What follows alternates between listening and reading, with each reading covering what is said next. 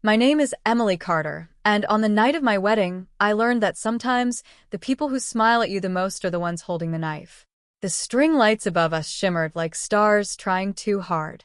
The band had just switched from our first dance to something soft and slow. I could still taste the frosting from the cake test on my thumb. The air smelled like sugar, champagne, and a little bit of forever.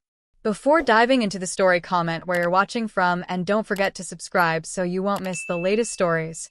I thought I was living the perfect moment, the one you replay in your head years later when you tell your kids how beautiful life can be. And then my mother smiled. It was the same smile I'd grown up seeing at every school event, every holiday, every time she needed to convince the world that our family was perfect. The kind of smile that says everything's fine even when it's not. She leaned close, her perfume wiping away the last trace of cake sweetness, and said, "We're passing the car his parents gave you, to your sister." Just like that. Calm. Polished. Almost proud.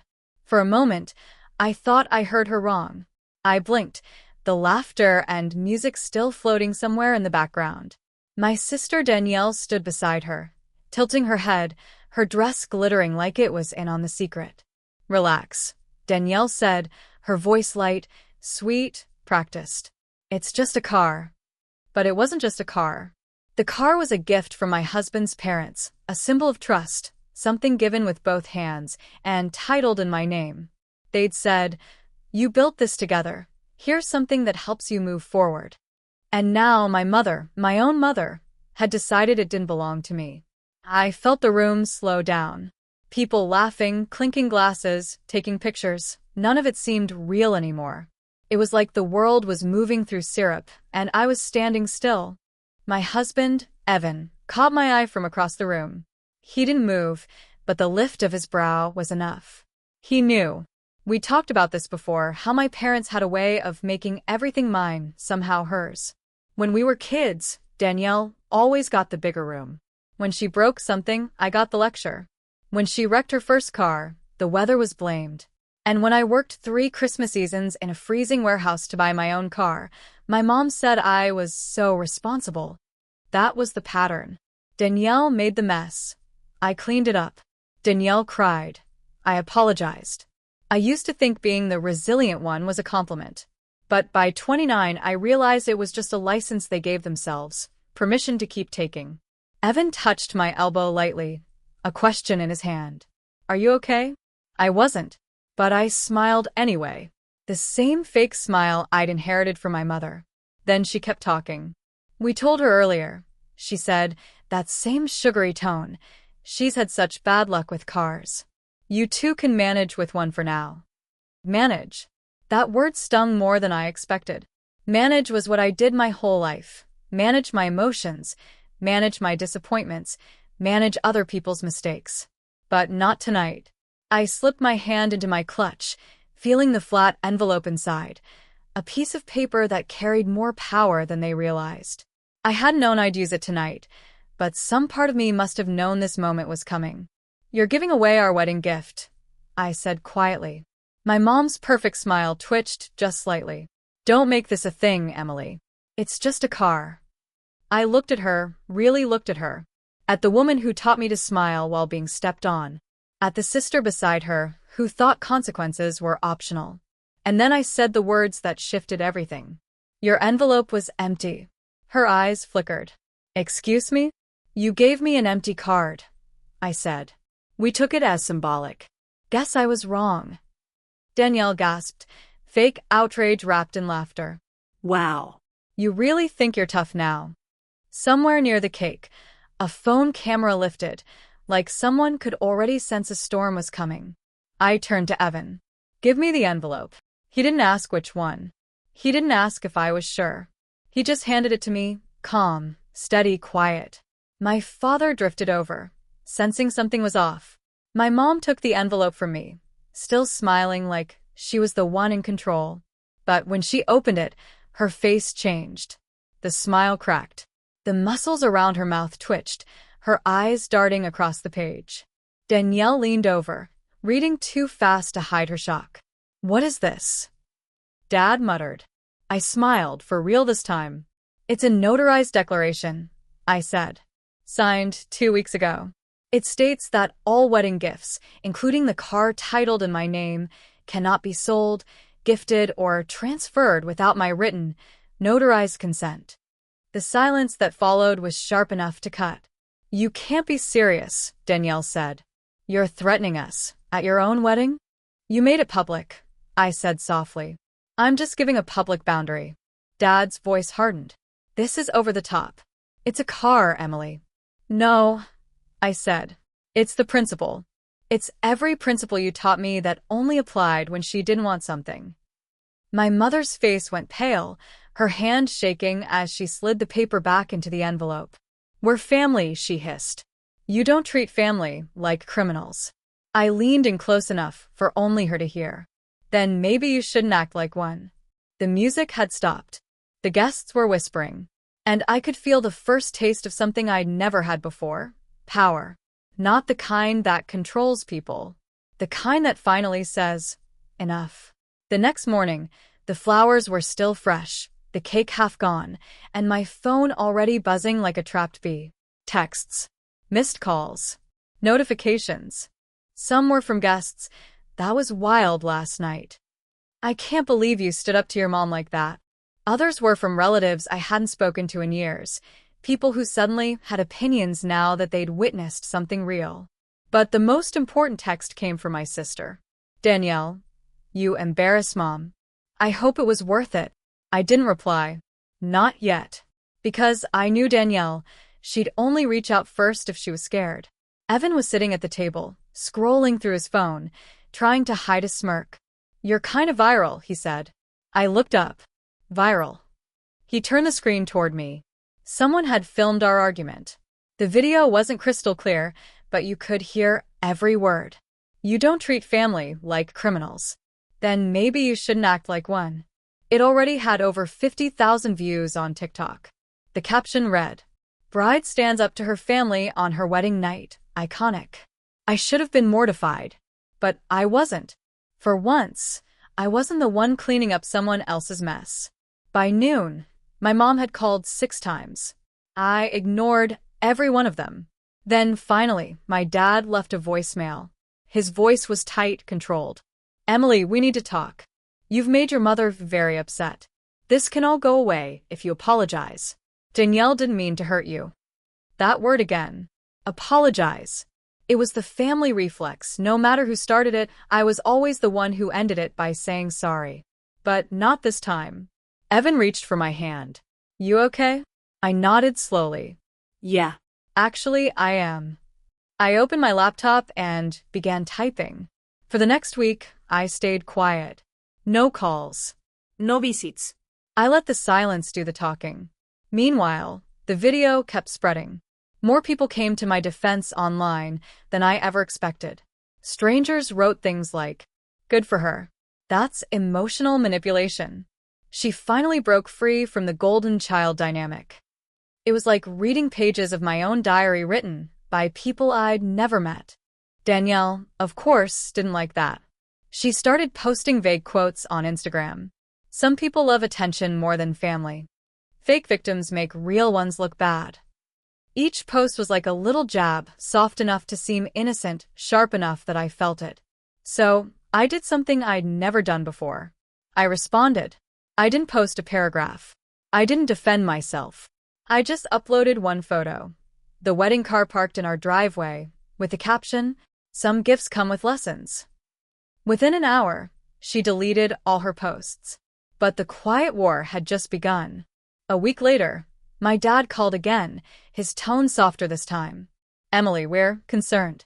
Your mom's not herself lately. Maybe you could stop this online stuff.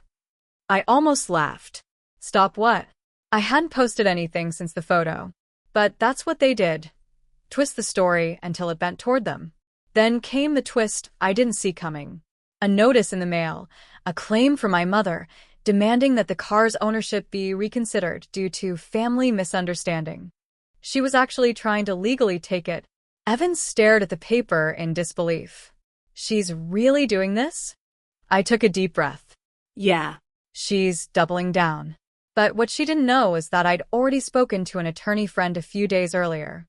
I'd had the entire interaction at the wedding transcribed from the video, every word, every line.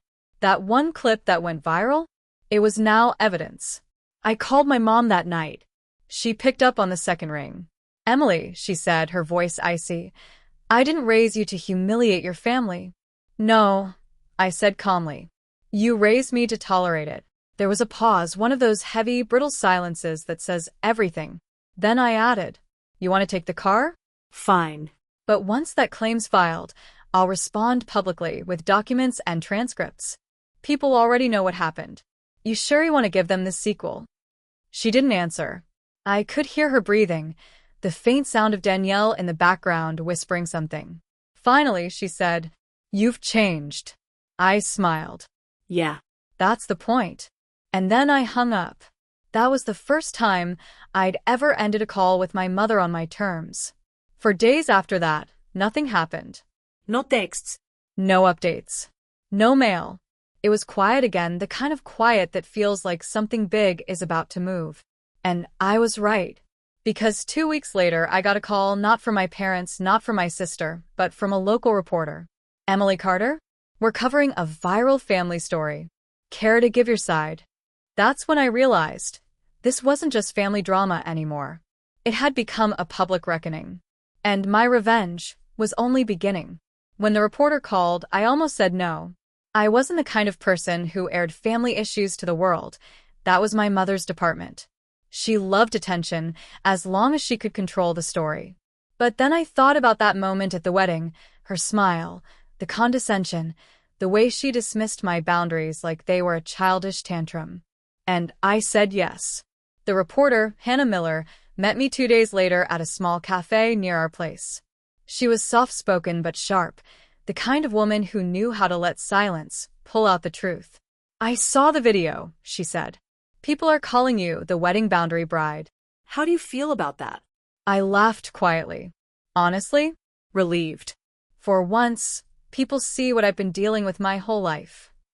She nodded, taking notes. "So, this wasn't just about a car." "No," I said. "It never was. The car was just the latest thing. They've been taking from me since I was old enough to say no." When the article went live, it wasn't sensational. It wasn't trashy. It was thoughtful, titled, "When Family Control Crosses the Line, One Woman's Stand at Her Own Wedding." It painted me not as some attention seeker, but as someone who finally stopped apologizing for being mistreated. The response was massive. My inbox flooded again, not with hate, but with thank yous. People wrote things like, "This is my mom. You just described my sister. You made me realize I'm not crazy." It felt like I had unknowingly started something bigger, a conversation people had been too scared to have. But not everyone was clapping. A few days later, my mother called again. This time, her voice was tight and shaking. "Emily, do you know what you've done? People at church are talking." Your father's business is getting messages." I kept my tone even. "Then maybe you should have thought about that before trying to steal a gift. You've humiliated this family." "No," I said softly. "You did that yourself." I just stopped hiding it. She hung up. That silence, that click. It was the sound of a crown falling. For years, my mother's reputation was built on control, perfect image, perfect daughters, perfect life. Now, the mask had cracks. But I wasn't finished. Remember that car she tried to claim? I found out she'd used my old signature on a family form once to move money between accounts when I was in college, all under the excuse of helping with taxes. At the time, I didn't understand how wrong that was. But now I did. So, I went to the bank and pulled records. Then I sent her a message. "Don't worry. I'm not pressing charges. Yet. But if another claim shows up with my name on it, we'll let the attorney handle it." No threats. No shouting. Just boundaries, written in legal language this time. Evan was nervous. "You're sure you want to do this? It's your mom." I nodded. It was my mom. Now, she's just someone I used to let control me. The next week, something unexpected happened. My dad showed up. He looked tired, older, smaller somehow. Emily, he said quietly, you've made your point, but you're breaking the family. I stood there for a long moment, trying to find the right words. Dad, I said, I didn't break the family.